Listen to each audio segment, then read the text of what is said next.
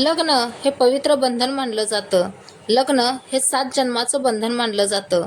अशा परिस्थितीत लग्नापूर्वी वधू-वर एकमेकांना चांगल्या प्रकारे ओळखतात.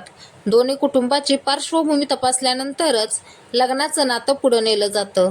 मात्र त्यानंतरही अनेक कुटुंबे फसवणुकीला बळी पडतात. नातं पुढं नेताना जे दाखवलं जातं त्यापेक्षा वास्तव अगदी वेगळं असतं. आजची जी घटना आहे ती 27 वरांची. ज्यांची वधू हरवलेली असते ते पोलीस स्टेशनमध्ये जातात आणि ती हरवल्याची तक्रार करतात. असं काय झालं होतं त्या 27 वरांसोबत की त्यांना तक्रार दाखल करावी लागली? ती गेली तर गेली कुठं? आजच्या घटनेच्या माध्यमातून आपण हे समजून घेणार आहोत, त्याचा खुलासा करणार आहोत. आजची घटना आहे जम्मू काश्मीरची. जम्मू काश्मीरमधील वडगाव हा जिल्हा आहे. तिथला एक मुलगा असतो. त्याचं लग्न चाललं होतं. दोघांचं लग्न ठरवत असताना असं ठरतं की त्यांच्या लग्नात थोडेच लोक येतील, म्हणजे थोडे लोक वराकडून आणि थोडे लोक वधूकडून. वराकडचे लोक डिसेंबर 2022 मध्ये मुलीच्या घरी वराड घेऊन येतात. तेव्हा त्यांचं खूप छान स्वागत केलं जातं. स्वागत केल्यानंतर त्यांना जेवणं दिली जातात. त्याच्यानंतर त्यांच्या लग्नाची तयारी केली जाते. लग्नाची तयारी करत असताना लोक कुजबुजू लागतात आणि त्या कुजबुजण्याचं कारण होतं हुंड्याची रक्कम. हुंड्याची रक्कम किती ठरेल याविषयी लोक चर्चा करत होते. इथं हुंडा वराकडून वधूला दिला जातो. हुंड्याची रक्कम वराची परिस्थिती पाहून ठरवली जाईल असे वधूकडील लोक म्हणत होते. जेव्हा वधूकडील बाजूने हुंड्याची रक्कम सांगितली जाते तेव्हा सर्व लोक त्या मताशी सहमत होतात आणि त्या दोघांचं लग्न होतं. जेव्हा दोघांची पहिली रात्र असते, जेव्हा तिचा नवरा तिच्याजवळ येतो आणि तिच्याजवळ जाण्याचा प्रयत्न करतो तेव्हा नवरी त्याला अडवते आणि म्हणते, तू मला स्पर्श करू नकोस. तर नवरा म्हणतो, का, काय चूक झाली आहे? तेव्हा नवरी म्हणते, तू अजून पूर्ण हुंड्याची रक्कम दिलेली नाहीस. जेव्हा तू हुंड्याची पूर्ण रक्कम देशील तेव्हाच तू मला हात लावू शकशील आणि तेव्हा शारीरिक संबंध ठेवू शकशील. तेव्हा नवरा तिच्या मताशी सहमत होतो आणि हळूहळू करून सर्व रक्कम देऊन टाकतो. 5-6 दिवसात तो हुंड्याची रक्कम देऊन टाकतो आणि त्यानंतर तो आपली सुहागरात म्हणजे पहिली रात्र नवरीसोबत घालवतो. सुहागरात होते. 2 जीव एकत्र येतात. दोघेही आपलं आयुष्य आनंदाने जगू लागतात. 1.5 महिना निघून जातो. 1.5 महिन्यानंतर एक दिवस नवरीच्या पोटात अचानक दुखायला लागतं. ती आपल्या नवऱ्याला सांगते की माझ्या पोटात दुखते, मला दवाखान्यात घेऊन चला. नवरा घरातल्या लोकांना सांगतो आणि घरातल्यांची परवानगी घेतो. तो जेव्हा बायकोला दवाखान्यात घेऊन जातो तेव्हा तो बघतो की बायकोच्या हातात एक वजनदार किंवा खूप जड बॅग आहे. तर नवरदेव तिला विचारतो की याच्यात तू एवढं काय घेतलेस? तेव्हा बायको म्हणते, माझ्या गरजेचं काही सामान आहे, काही गरज पडली तर होईल म्हणून सोबत घेतले, तिथं ह्याची गरज लागेल. ते दोघं दवाखान्यात पोहोचतात. दवाखान्यात पोहोचल्यानंतर केस पेपर काढला जातो, नंबर लावला जातो. त्यांचा नंबर खूप मागे असतो. तेव्हा बायको नवऱ्याला म्हणते की मला वॉशरूमला जायचं आहे, टॉयलेटला जायचं आहे. टॉयलेटला गेल्यानंतर काही वेळ जातो पण ती जी नवरी आहे ती काही परत येत नाही. तेव्हा नवरदेव जो आहे तो तिला पूर्ण दवाखान्यात शोधतो. तो सर्वांना विचारतो. दवाखान्याच्या आजूबाजूला, दवाखान्याच्या आवारात शोधतो, तरी देखील त्याला ती भेटत नाही. तेव्हा तो नवरदेव तिथं जवळच असलेल्या पोलीस स्टेशनमध्ये जातो आणि तिथं तक्रार नोंदवतो की माझ्या लग्नाला 1.5 महिना झालेला आहे आणि माझ्या बायकोच्या पोटात दुखत होतं म्हणून मी तिला दवाखान्यात घेऊन आलो आणि दवाखान्यात तिनं मला सांगितलं की मला टॉयलेटला जायचं आहे. तर मी तिला सांगितलं की तू जाऊन ये आणि मी इथेच थांबतो. आता बराच वेळ झालं तरी ती परत आलेलीच नाही. मी तिला खूप शोधलं पण ती मला भेटत नाही आहे. FIR दाखल केली जाते.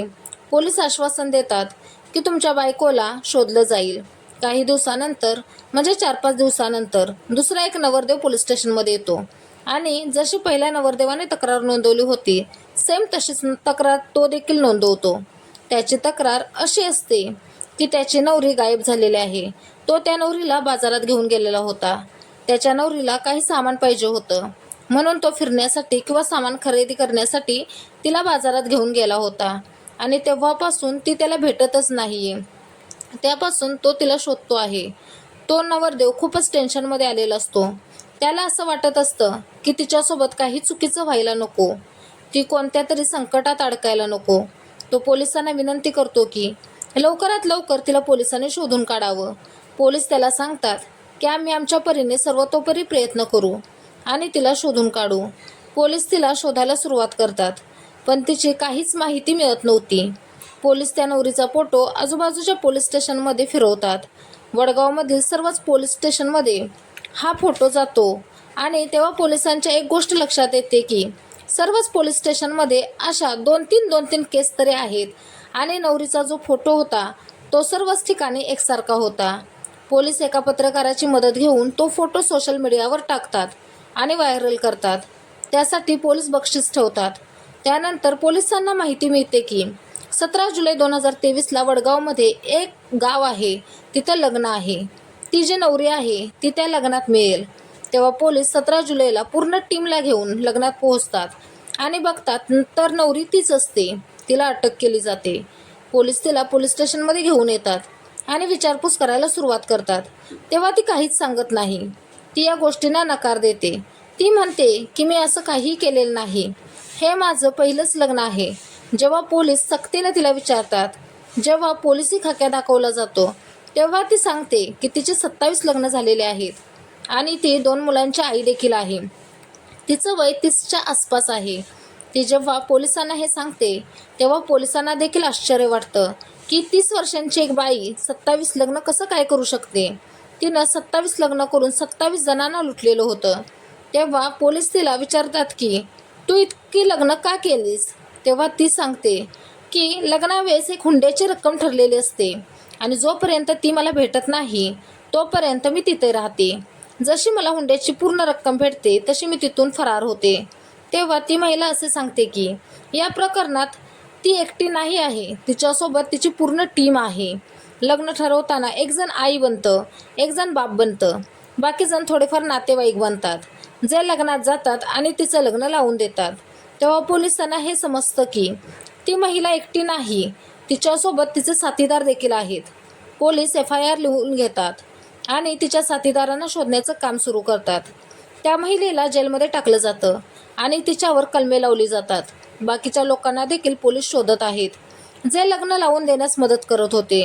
लोक म्हणतात की शादी का लड्डू खाओ तो भी पछताओगे, नहीं खाओ तो भी पछताओगे. आता ह्या फसवणूक झालेल्या नवरदेवांबद्दल काय बोलायचं.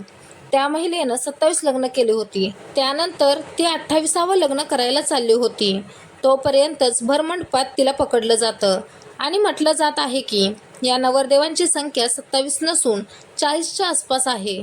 काही नवरदेव असे देखील आहेत की त्यांनी तक्रार नोंदवलेली नाही, कारण काही नवरदेवांचं वय जास्त असतं आणि ते कमी वयाच्या मुलीशी लग्न करतात. त्यामुळे ते तक्रार नोंदवत नाहीत, कारण त्यांना भीती असते की ते पकडले जातील. मीडियाद्वारे हेही सांगितलं जात आहे की ती नवरी अशाच लोकांना फसवायची ज्यांचं लग्न होत नव्हतं किंवा ते जास्त वयाचे होते. ती लग्न करायची, हुंड्याची रक्कम मिळेपर्यंत राहायची आणि एकदा का हुंड्याची रक्कम मिळाली की काही ना काही कारण सांगून घरातून बाहेर नवऱ्याला घेऊन जायची. मग काही वेळेस खरेदीचं निमित्त काढून, पोटात दुखत असल्याचं कारण सांगून कधी बोलायची मला काही सामान घ्यायचं आहे आणि तिथून पळून जायची. पोटात दुखत असल्याचं कारण सांगून दवाखान्यात जायची, तिथून टॉयलेटचं कारण सांगून तिथून पळून जायची. कधी म्हणायची मला घरात बसून कंटाळा आलाय, थोडं फिरून येऊ आणि तिथून जायची. अशा प्रकारे 27 केसची तक्रार नोंदवली गेली आहे आणि काहींनी तर तक्रारही नोंदवलेली नाही. तर ती मिळून हा आकडा साधारण 40पर्यंतचा आहे. जेव्हा लोकांना सोशल मीडियावर द्वारे ही गोष्ट माहिती पडते तेव्हा लोक हैराण होतात की एकाच बाईने 27 लोकांशी लग्न केली, तीही 30 वर्षापर्यंत, आणि तिची 2 मुले देखील आहेत. तरी देखील तिला कोणी ओळखू शकले नाही. ही घटना सांगण्याचा उद्देश कोणाला दुखावण्याचा नाही किंवा कोणाला त्रासही देण्याचा नाही. तुम्हाला सावधान करणं, जागरूक करणं आणि सतर्क करणं हाच यामागचा उद्देश आहे. तुम्ही जिथेही राहाल तिथे जागरूक राहा, सतर्क राहा.